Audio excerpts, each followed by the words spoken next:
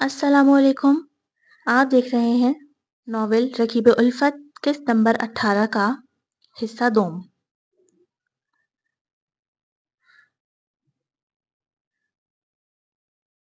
یہ کہتے ہوئے اس نے اپنے پرس میں سے کچھ تلاش کیا اور چند کرنسی نوٹ اس کے ہاتھوں میں آئے۔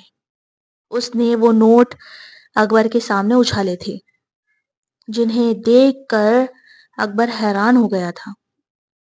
یہ وہی نوٹ تھے جو اکبر نے اسے بطور حق مہر دیے تھے۔ میں اپنا حق مہر معاف کر رہی ہوں، اسے اپنے پاس ہی رکھیے ڈاکٹر صاحب، وہ کہہ کر کھڑی ہوئی۔ اس تکلیف دہ رات کی یاد پھر دونوں کے ذہن کے دریچے پر تازہ ہوئی تھی۔ اور ہاں، اگر آپ کو طلاق دینے میں کوئی تکلیف درپیش ہو تو مجھے بتا دیجیے گا، میں کورٹ سے خلا لے لوں گی۔ اشما کے بے لچک سے انداز پر اکبر لب بھیجے خاموشی سے بیٹھا رہا، نہ آگے سے بحث کی نہ ہی اسے سمجھانے کی کوشش کی۔ وہ جانتا تھا کہ ابھی اشما کا غصہ 7ویں آسمان پر ہے۔ وہ ابھی کچھ بھی کہے گا تو بیکار ہی ثابت ہوگا، لیکن کب ختم ہوگا یہ غصہ اور کیسے؟ 4 سال میں بھی اس کے لہجے کی کاٹ میں ذرہ برابر فرق نہیں آیا تھا، جبکہ اکبر اسے بتا چکا ہے کہ وہ حویلی چھوڑ چکا ہے۔ پھر بھی یہی خیال اس کے ذہن میں گردش کر رہے تھے۔ وہ پیسے اسے اپنے ہاتھ کی مٹھی میں جکڑ لیے۔ اب وہ اکیلا وہاں بیٹھا تھا۔ اشما کب کی جا چکی تھی۔ پھر یوں ہی کئی دن گزر گئے۔ اکبر کا پروفیشن ایسا ہی تھا کہ وہ زیادہ وقت تک کام چھوڑ کر نہیں بیٹھ سکتا تھا، لیکن اس مصروفیت میں بھی وہ کبھی کبھار بغیر بتائے ہی ہسپتال آ جاتا۔ دور سے اسے دیکھتا تو اپنی دید کی پیاس بجھا لیتا۔ وہ صبر سے کام لے رہا تھا، یا شاید کسی کرشمے کا منتظر تھا۔ "موم، میں آپ کے ساتھ جاؤں گا اور آپ کے سب پیشنٹس کا علاج کروں گا، انہیں یہاں سوئی لگاؤں گا۔" رومان نے اپنے بازو اور دونوں ہپس پر ہاتھ رکھ کر اشما کو بتایا۔ وہ مسلسل بیڈ پر کود رہا تھا۔ اشما اسے سلانے کی کوشش کر رہی تھی کہ اچانک اسے یہ نئی کہانی سوچ گئی، ساتھ ہسپتال چلنے والی۔ نہیں، ہاسپٹل کوئی بچوں کے جانے کی جگہ نہیں۔ آپ نہیں جا سکتے، آپ گھر میں رہیں گے۔ And that's final. کیوں؟ میں کیوں نہیں جا سکتا؟ مجھے بھی بڑے ہو کر ڈاکٹر ہی بننا ہے، تو میں ابھی کیوں نہیں جا سکتا؟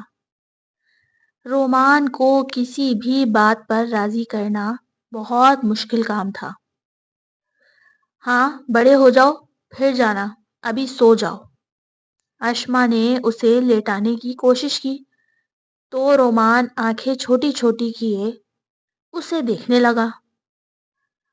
کیا ہوا ہے؟ اشما نے اس کے ان ایکسپریشنز کی وجہ جاننی چاہی۔ کہیں آپ مجھ سے جھوٹ تو نہیں بولتی، جو مجھے لے جانے سے ہی صاف منع کر دیا ہے؟ وہ تو ایسے بات کر رہا تھا جیسے کوئی CID کا آفیسر ہو اور سامنے ماں نہیں کوئی جھوٹا مجرم بیٹھا ہو۔ دماغ صحیح ہے؟ جو منہ میں آتا ہے وہ بول دیتے ہو۔ میں نے کون سا تم سے جھوٹ بولا ہے؟ اشما نے اسے ڈپٹا۔ اس نے اپنے دونوں ہاتھوں کی انگلیاں باہم ملائیں اور بولا، ویل، مجھے ایسا لگتا ہے آپ ڈاکٹر نہیں ہیں، کوئی نرس ہے وہاں، جبھی مجھے لے کر نہیں جا رہی کہ آپ کا بھانڈا نہ پھوٹ جائے۔ اشما کا تو اپنی اولاد کے خیال اور زبان کے جوہر دیکھ کر منہ ہی کھل گیا۔ پھر اس نے ایک ہلکی سی چپت اس کی کمر پر لگائی۔ بہت بولتے ہو بھائی، کسی دن میں تمہارے منہ پر ٹیپ لگا دوں گی۔ ہاں ہاں ہاں ہاں، اتنا آسان نہیں ہے مومسی۔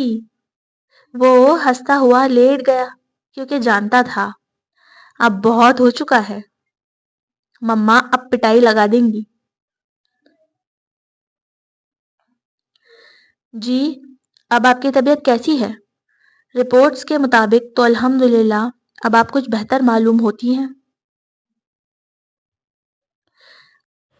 اشما ایک عمر رسیدہ خاتون مریضہ سے ان کی طبیعت دریافت کر رہی تھی، جبکہ اس کے سامنے ٹیبل پر رومان چڑھ کر بیٹھا تھا اور بڑی غور سے ماں کو دیکھ رہا تھا۔ اس نے آخرکار رو دھو کر اس کو ساتھ لانے کے لیے راضی کر ہی لیا تھا۔ واو، آپ تو اوریجنل ڈاکٹر ہیں، معاف کیجیے گا کل میں نے آپ پر شک کیا۔ اشما مسکرائے بغیر نہ رہ سکی۔ وہ باتیں ہی ایسی کرتا تھا کہ سامنے والے کو حیران بھی کر دیتا اور مسکرانے پر مجبور بھی کر دیتا۔ اکبر نے تو ہاسپٹل آنا جانا ہی چھوڑ دیا تھا، پورا ہفتہ ہو گیا تھا وہ اشما کو ہاسپٹل میں نظر نہ آیا تو اسے بے فکری سی ہو گئی تھی۔ اشما اپنے مریضوں کو دیکھتی رہی۔ او پی ڈی کا ٹائم ختم ہونے سے پہلے ہی رومان ٹیبل پر ہی سو گیا۔ دوپہر ہو چکی تھی، یہ اس کے سونے کا ٹائم ہی تھا۔ اشما نے اپنا کام ختم کیا اور لنچ نکال کر کرنے لگی، لیکن رومان تو کھائے بغیر ہی سو گیا تھا تو اس سے بھی کھانا نہیں کھایا گیا۔ وہ اس کے اٹھنے کا انتظار کرنے لگی، ساتھ ہی خود بھی ہیڈ ڈاؤن ہو گئی۔ پتہ ہی نہ چلا کہ اس کی کب آنکھ لگی۔ اب وہ کرسی پر بیٹھے سو رہی تھی اور رومان ٹیبل پر لیٹا سو رہا تھا۔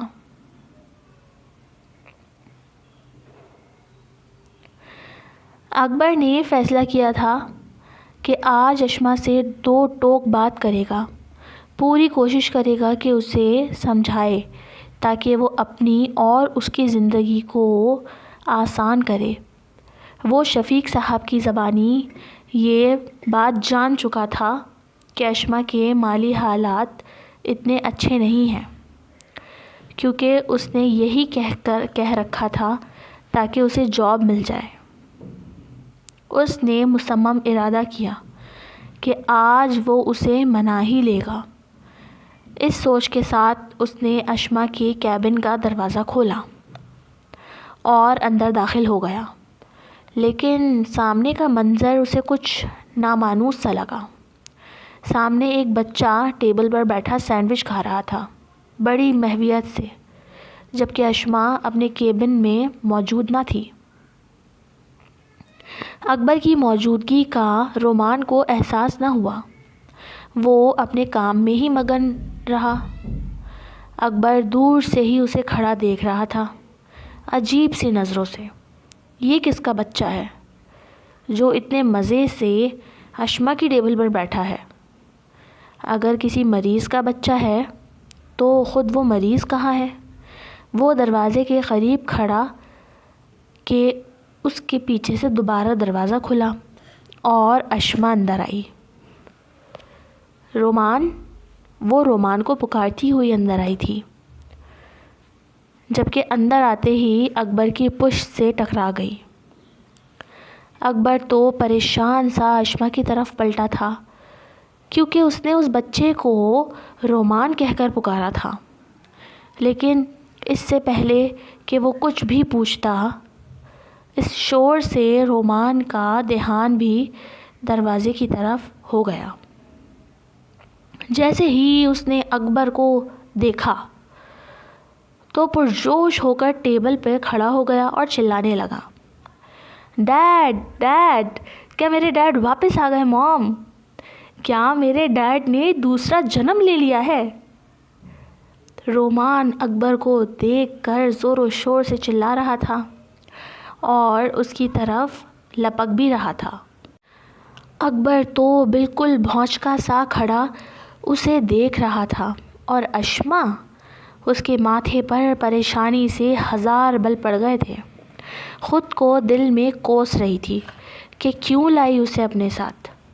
شاید وہ اپنے ہاتھ سے ہی سب برباد کر چکی تھی۔ رومان بری طرح اچھل رہا تھا۔